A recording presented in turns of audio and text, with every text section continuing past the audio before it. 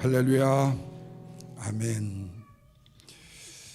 아시스 프란시스코라는 분이 계시죠. 이분이 한 말 중에서 인상 깊은 말이 있습니다. 우리네 인생에서 두 번째로 좋은 일이 가장 좋은 일을 가로막는다라는 말입니다. 죄가 우리의 인생을 가로막는 것만이 아니라, 악이 우리의 인생을 꼭 가로막는 것만이 아니라, 우리의 인생의 두 번째로 좋은 일이, 다시 말하면 차선책이 가장 최선을 가로막는 원인이 되어진다라는 겁니다. 다시 말하면 가장 중요한 것을 두 번째 것이 집어먹는다는 거죠. 그런데 여러분, 하나님께서 우리 인간에게 최상의 인생을 약속해 주셨죠. 그런데 사람들은 사람의 편의에 의해서 자기 마음대로, 그리고 자기의 생각대로 차선의 인생을 선택하면서 살아가요. 그러면서도 투덜을 대요.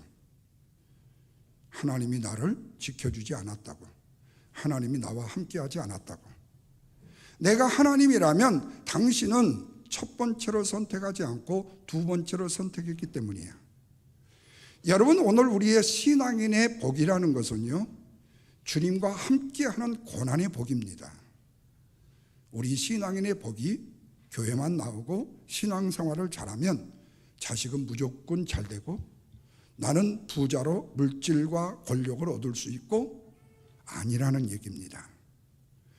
주님의 고난과 함께 가지 아니하면, 다시 말하면 나를 십자가에 죽이는 헌신이 없이 최선이 이것을 뒤로 하고 차선을 선택하게 되면 우리는 하나님의 백성이라면서도 불구하고 하나님을 향해서 뭐 한다고요? 투덜댄다는 겁니다. 그래서 사람이 인생을 살아가면서 여러 가지 선택을 많이 합니다. 그러나 내가 선택한 바에 대해서 내가 책임을 질 수 있는 책임감은 분명히 있어야 합니다. 오늘 말씀은 관계와 시간과 돈에 대한 세 가지입니다. 굉장히 셋 다 중요합니다.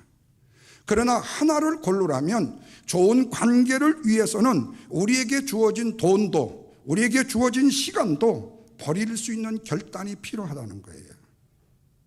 우리가 중요한 것을 선택할 때는요, 내가 선택한 것 외에는 버릴 수밖에 없기 때문에 그래요.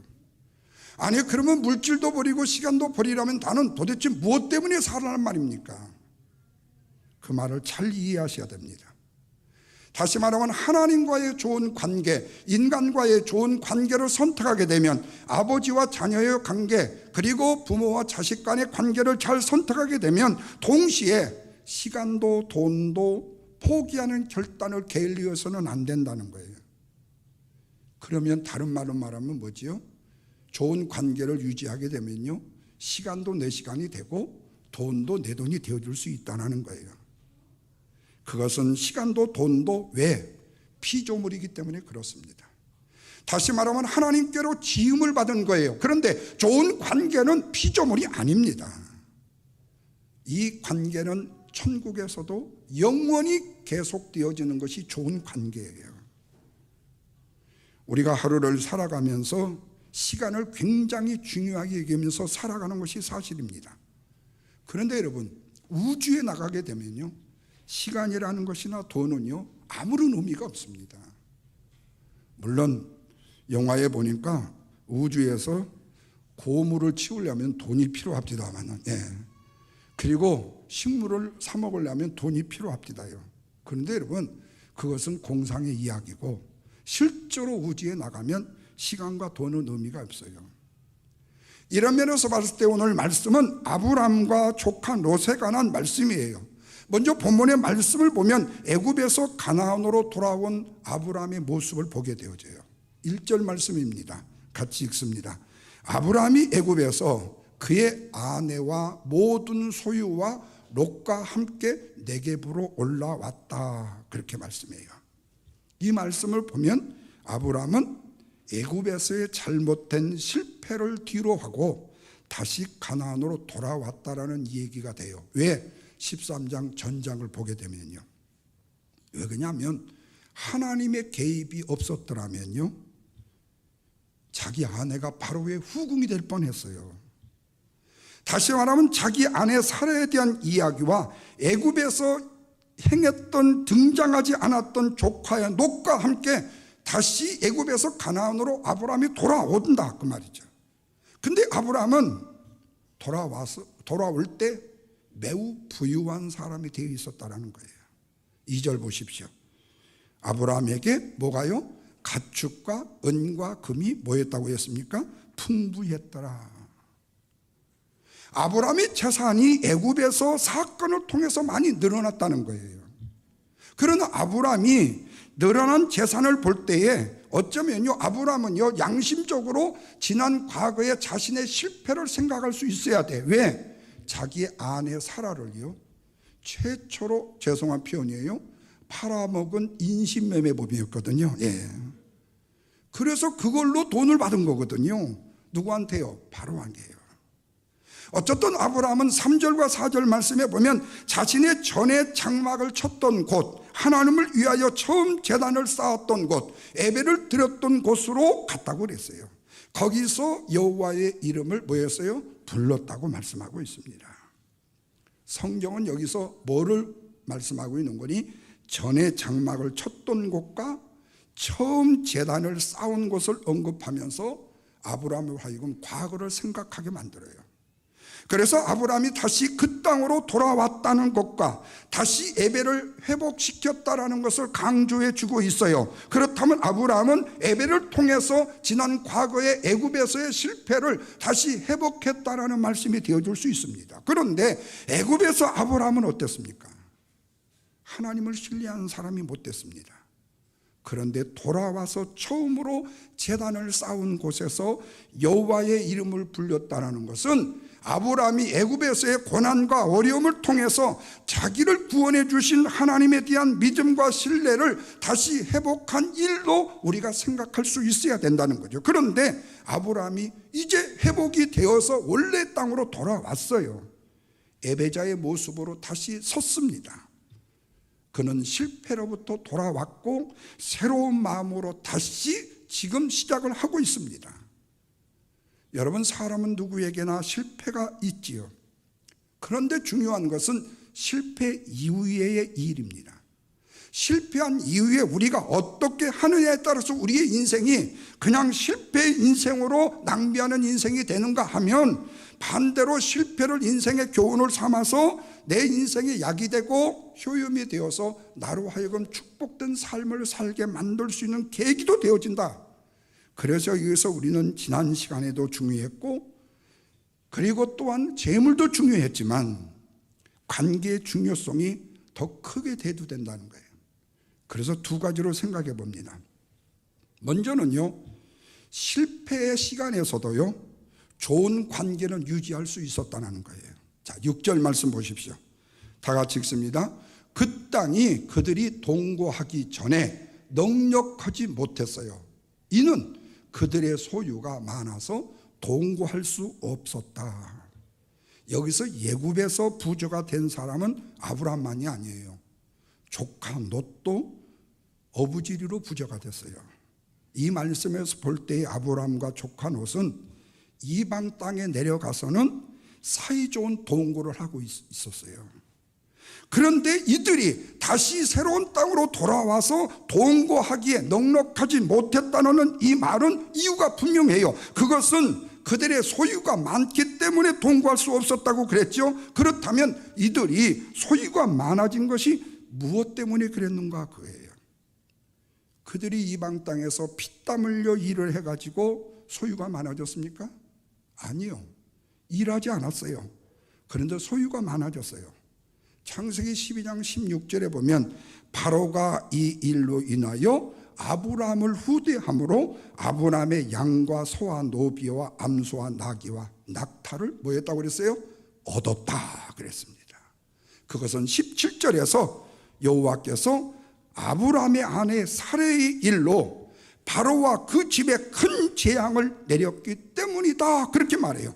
그것은 바로 바로가 사라가 너무 예뻐가지고 자기의 아내로 취하겠다고 했을 때 아브라함은 그 사라를 자기 아내이면서도 누이 동생이라고 거짓말을 해서 바로가 아내로 취했는데 하나님이 그를 혼쭐을 내셔서 그냥 사라를 돌려보낸 거예요.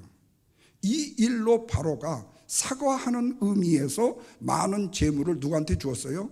아브라함한테 주었습니다. 그래서 다른 말로 말하면 애굽 땅에서 아브라함과 조카 롯이 부자가 된 것은 부정한 방법으로 부자가 된 겁니다.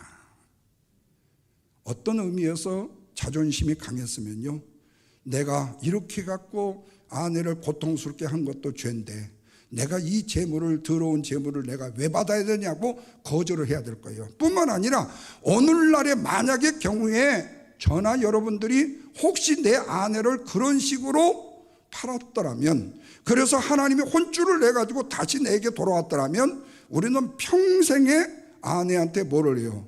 흠잡혀서 살아야 되겠죠. 당신 끄떡으면 또 나 팔래? 응. 또 끄떡으면 나 누이라고 속일래? 응? 아니 바로가 무섭다고 나를 마누라가 아니라고 속여? 아마 굉장히 괴롭힘을 많이 당할 거예요.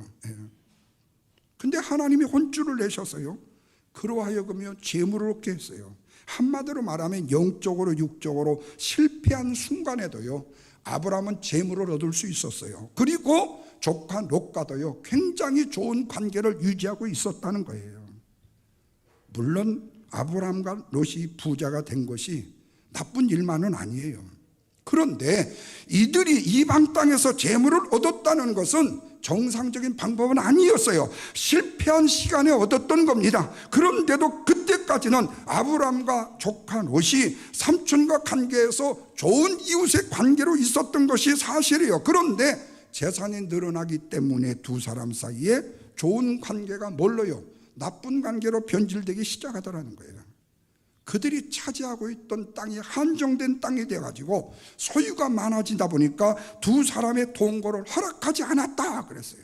그렇다면 이제 실패한 가운데 얻었던 재물, 좋은 관계로 실패하면서 얻었던 관계를 이제는 소유가 많아져서 좋은 관계를 뭐 해야 되는 거죠? 포기를 해야 된다는 거예요. 이때의 아브라함의 포기는 뭐였었죠? 알다시피 조카 롯에게 모든 것을 내어주잖아요. 사랑하는 여러분, 하나님과의 관계에서 실패했을 때 얻었던 재물이 좋았던 관계를 가지고 있었는데 그것이 후에 갈등을 가져다 주는 원인이 되더라. 여기서 우리는요, 하나님을 모르는 사람이 부정한 방법으로 재물을 모으는 일입니다. 아브라함은 아내를 누이라고 속여서 바로에게 얻은 재물입니다. 한마디로 말하면 부끄러운 재물입니다. 그런데 이 부끄러운 재물로 인해서 아브라함과 롯에게는 많은 재산이, 그리고 좋은 관계가 위기로 찾아왔다는 거예요. 그 결과 7절 말씀을 보십시오. 뭐라고 그랬죠? 그러므로 아브라함의 가축 목자와 롯의 가축의 목자가 서로 뭐였어요? 싸웠다고 그랬습니다. 그런데 그 뒤에 뭐라고 그랬죠? 가나안 사람과 브리스 사람도 그 땅에 거주를 했다 그래요. 문제는 둘입니다.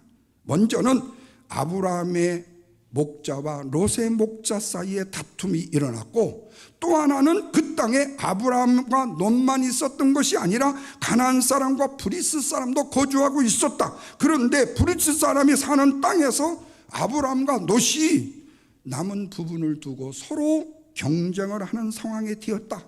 이것은 엄청난 갈등의 위험성과 동시에 빨리 해결하지 아니하면은 브리스 사람에 의해서 아브라함도 롯도 모든 것을 다 빼앗겨야 될 상황입니다.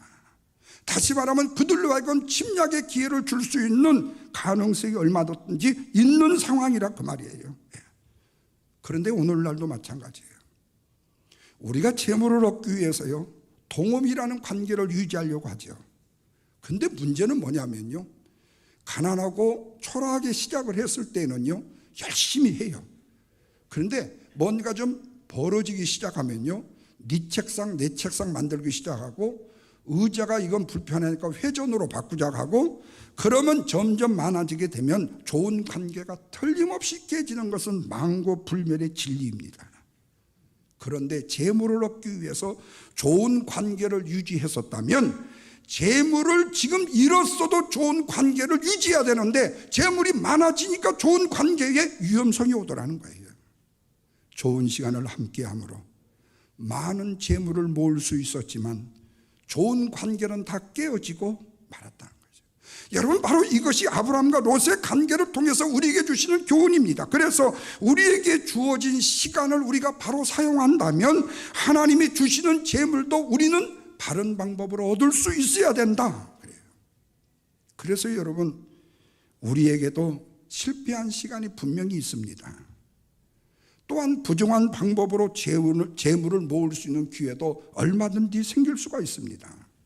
그러나 이때 우리가 꼭 조심해야 될 것은 부정한 일을 하는 사람들끼리 좋은 관계도요, 후가 재물이 많아지게 되면 언제든지 깨어질 수밖에 없다는 사실을 기억해야 돼요. 그것은요, 재물은요 소모품이고 재물은 쌓아두는 것이 아니기 때문에 그래요. 성경의 말씀처럼 재물을 쌓아두면 뭐가 생겨요? 좀이 생기고 등록이 생기고 도둑이 가져가고 썩기 때문에 그래요. 그래서 재물은 쌓아두는 것은 어리석은 일이다. 그래서 재물은 좋은 관계를 위해서 써야 된다는 거죠. 재물 때문에 생기는 작은 욕심과 자기의 이익 때문에 좋은 관계를 깨지 말라는 거예요. 쉽게 관계를 포기하지 말라는 겁니다. 그러다 보면 내 주변에는요 아무도 없어지기 때문에 그렇습니다. 그래서 여러분, 어떤 분이 그래요. 최고의 복지는요 네이버, 우리의 이웃이라고 말합니다. 뿐만 아니라 이웃이 없는 인생은요 이미 지옥을 살고 있다라는 극단적인 말을 하더라고요. 사랑하는 성도 여러분, 우리의 관계가 어떤 실패의 관계였던 성공의 관계였던 좋은 관계를 유지했더라면 그것이 많아지든지 적어지든지 상관없이 끝까지 시간과 재물을 투자해서라도 좋은 관계를 유지할 수 있는 주의 복을 누리시기를 주님의 이름으로 축원합니다. 두 번째로는요, 재물을 포기하는 데 있어서도요 좋은 관계를 얻을 수 있다는 거예요. 자, 여기서의 관계는요 롯과의 관계뿐만 아니라 아브라함은 누구의 관계를 회복했죠? 하나님과의 관계를 회복한다. 그러니까 재물을 포기하는 데에도 아브라함은 롯과의 관계는 물론이고 하나님으로 하여금 2배, 3배 이상의 관계를 유지하게 되더라는 거예요. 아브라함은 깨어진 관계에서요 자신이 주도권을 쥐고 해결을 하려고 합니다. 그래서 8절에 롯에게 이렇게 말합니다. 읽어보십시오. 우리는 한 친족이다. 너나 나나 내 목자나 네 목자나 서로 다투게 하지 말자. 그렇다면 아브라함이 어떻게 이런 태도를 취할 수 있었던가? 그것은 이미 4절의 말씀처럼 아브라함이 하나님 앞에 드렸던 예배에서 그 이유를 찾을 수 있어야 돼요. 다시 말하면 아브라함이 예배를 통해서 하나님과의 관계를 회복했다는 거예요. 하나님과의 좋은 관계를 유지했다는 거예요. 이로 하여금 올바른 관계를 누구한테요? 조카 롯에게도 갖게 됐다는 거예요. 그래서 여러분, 이 수평적인 관계 있잖아요. 이것은 수직적인 하나님과의 관계가 있기 때문에 이 관계가 원활한 거예요. 이 관계가 없으면 이 관계는요 부서지게끔 되어져 있어요. 그래서 하나님과의 관계가 바르면 사람들과의 관계도 좋게 되는 거예요. 그러나 하나님과의 관계가 바르지 못하게 되면 우리는 영적으로 흐트러지게 되고 사람과의 관계에서도 실패할 가능성이 많다는 겁니다. 이 조카 롯과 좋지 못한 갈등을 만난 아브라함이 반응이 뭔가를 보십시오. 9절 말씀입니다. 내 앞에 온 땅이 있지 아니하냐? 나를 떠나가라. 네가 좌하면 나는 우하고 네가 우하면 나는 좌하리라. 아브라함은 넓은 마음으로 롯에게 자신의 선택권을 먼저 줍니다. 아브라함이 조카 롯에게 이런 제안을 해요. 우리 앞에 있는 땅 중에 네가 먼저 선택하라는 거예요. 그리하면 나는 남은 부분을 가져가겠다는 거예요. 그런 집안의 가장으로서 평화를 유지해야 될 우선적인 책임을 가지고 갈등을 해결하기 위해서 간대함을 관계로 선택하더라는 거예요. 왜? 아브라함이 하나님을 신뢰했기 때문에 기꺼이 손해를 보는 쪽을 선택해도 괜찮더라는 거예요. 하나님께서는 땅의 약속을 받고 이를 믿는 자에게 스스로 땅을 확보할 필요를 느끼지 못하게 하기 때문에, 그래서 하나님의 공급하심에 대한 그 약속을 믿는 자는 항상 마음이 여유롭고 관대해질 수가 있는 거예요. 그래서 싸움 중에서 지는 사람은요, 힘이 없어서 지는 사람도 있지만요, 얻어맞고요, 얻어맞기 전에 미리 포기하는 사람은요, 분명히 하나님과 함께하는 사람이기 때문에 그래요. 그래서 하나님을 신뢰함으로 관대한 태도를 갖게 되고, 기꺼이 손해를 감수할 때 우리가 만나는 여러 관계에서 해결이 되어줄 수 있다는 거죠. 물론 믿음에 의한 관대함이 항상 내가 바라는 결과를 낳는 것은 아니에요. 적어도 그러나 갈등만큼은 해결할 수 있다는 거예요. 아브라함의 관대한 제안을 들은 롯이 어떤 선택을 하죠? 10절입니다. 롯이 눈을 들어 요단 지역을 바라봅니다. 그랬더니, 여기 바라봤다는 말은 관찰을 했다는 거예요. 그랬더니 롯은 그 땅이 넉넉한 물을 가진 매력적인 땅이라는 것을 깨닫게 돼요. 풍성함이 그 자체였어요. 그 뭐라고 그랬어요? 그 땅을 여호와의 동산 같고 애굽 땅과 같았다 그랬어요. 여러분, 여호와의 동산은 모든 지역으로 흐르는 물을 공급했던 에덴 동산을 생각할 수 있어요. 뿐만 아니라 애굽의 나일강은 굉장히 넉넉한 물을 가지고 있는 애굽의 바로 수원지입니다. 다시 말해서 롯이 바라본 땅은 에덴 동산이나 애굽 땅과 같은 풍요로운 곳이었다. 그래서 롯이 그 땅을 덜렁 선택을 합니다. 보는 것으로 결정을 내립니다. 그런데 성경은 롯이 보았던 것과 그 땅이 롯에게 어떤 욕심을 불러일으키는지에 대해서 우리 새 살먹은 얘기도 쉽게 알 수 있도록 우리에게 해석을 해주고 있다는 거예요. 마치 에덴 동산의 나무가 하와에게 욕심을 일깨웠던 것처럼 요단의 비옥한 땅이 롯의 마음을 사로잡았던 거예요. 그래서 지금 눈에 보이는 것으로 인해서 다른 고려사항들은 모두 다 잊어버리게 되는 거예요. 롯은 하나님의 뜻을 구하지도 않았잖아요. 자기 삼촌이 배려하는 일이나 좋은 관계를 위해서 자기가 선택해야 될 것만 생각했을 뿐이지 롯에게 다른 한중의 일은 없었어요. 만약에 경우에 좀 양심 있는 조카였다면요, 삼촌 저한테 다 주고 삼촌은 못 먹고 사실래요? 최소한도 이렇게는 물어봤어야 되잖아요. 다시 말하면요, 자신을 지금 모리아산에 제물로 바치려고 하는 이삭에게 칼을 들이댈 때, 아니면은 지금 끌고 올라갈 때 제물이 뭐냐고 한 번쯤 물어야 될 거 아니야, 그 말이죠. 결국에 어떻게 돼요? 삼촌과의 좋은 관계를 포기하고 눈에 보이는 것을 선택했던 롯의 선택은요, 훗날에 비참한 결과를 낳게 되더라는 거예요. 롯은 요단 동쪽 지역을 택했고, 그리고 동쪽으로 옮겨 아브라함은 떠나가게 돼요. 롯은 가나안에 머물게 되고 아브라함은 달리 거주지를 옮기게 됩니다.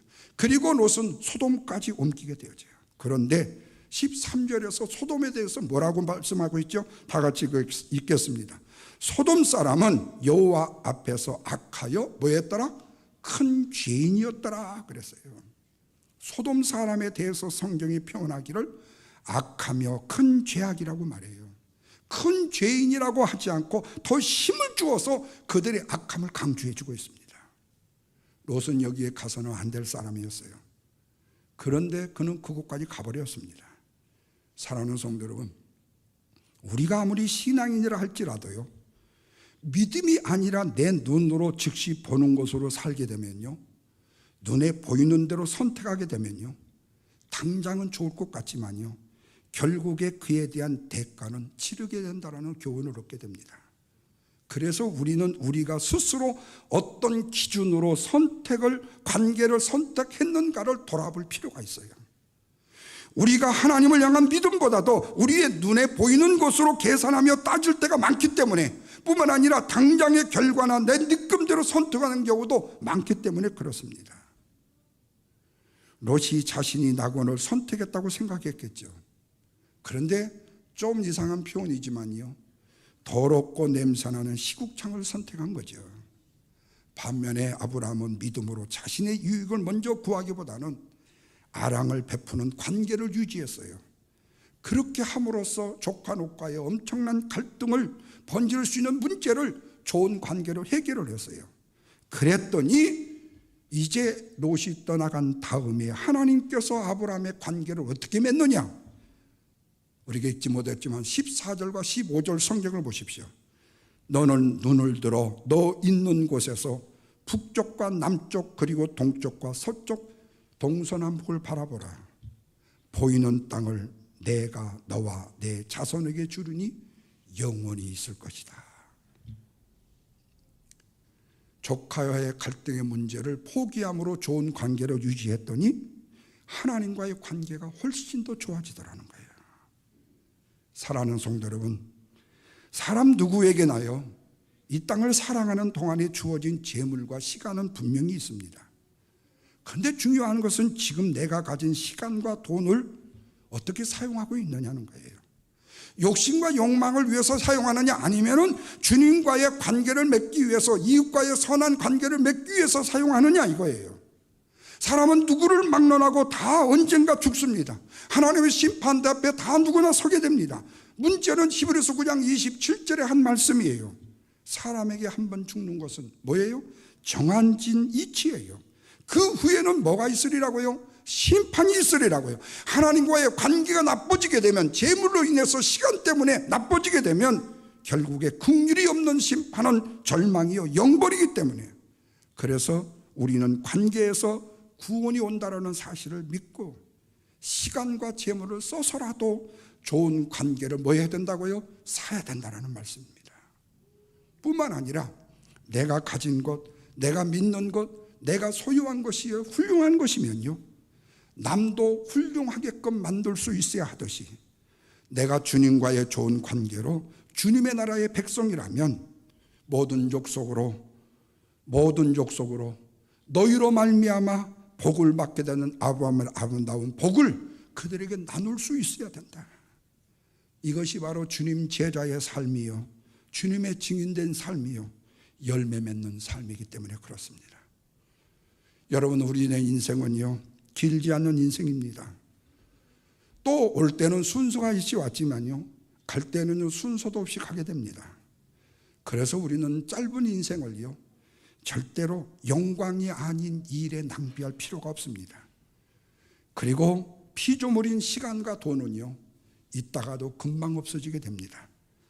그래서 열심히 영원히 남을 수밖에 없는 주님과의 관계에 모든 것을 투자하는 아브라함의 지혜로운 인생, 저와 여러분의 인생이 되기를 주님의 이름으로 축원합니다. 기도합니다. 하나님 아버지, 감사합니다.